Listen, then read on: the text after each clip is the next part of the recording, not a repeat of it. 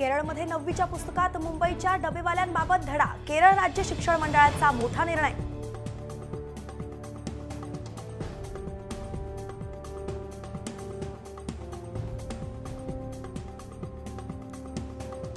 शरद पवारांच्या राष्ट्रवादीचे आमदार जितेंद्र आव्हाडांविरोधात संभाजीनगरात गुन्हा दाखल.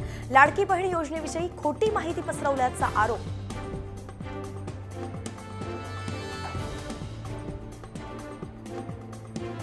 परकीय गुंतवणूक मिळवण्यात महाराष्ट्र पुन्हा अव्वल. उपमुख्यमंत्री देवेंद्र फडणवीस यांनी एक्सवरून दिली माहिती. सलग 2 वर्ष परकीय गुंतवणूक मिळवण्यात महाराष्ट्र पहिल्या क्रमांकावर.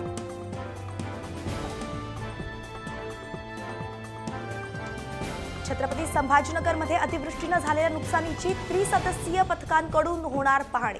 नुकसान झाल्यानंतर 72 तासांच्या आत विमा कंपनीकडे ऑनलाईन तक्रारी कराव्यात, अधिकाऱ्यांचं आवाहन.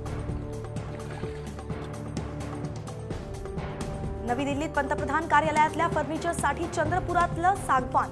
8 सप्टेंबरपासून 3000 घनफूट सागवान रवाना होणार. मंत्री मुनगंटीवार यांची माहिती. बीकेसीला वांद्रे आणि कुर्ल्याशी जोडण्यासाठी येणार पॉट टॅक्सी.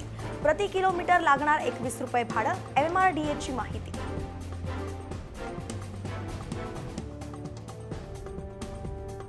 मुंबईच्या दिंडोशीतील स्लॅब कोसळल्याप्रकरणी गुन्हा दाखल.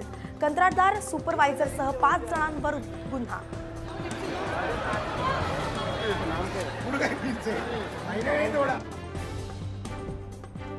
लातूरच्या मरसावंगीत 2 दिवसांनंतर अखेर मृतांवरती अंत्यसंस्कार. पुलाची उंची वाढवण्यासाठी ग्रामस्थांची मागणी.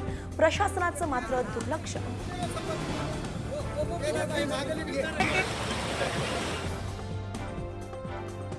नाशकात गोदावरीला पुन्हा पूर स्थिती. दुतोंड्या मारुतीच्या गुडघ्यापर्यंत पाणी, तर गोदा घाटावरील मंदिरांनाही पाण्याचा वेढा.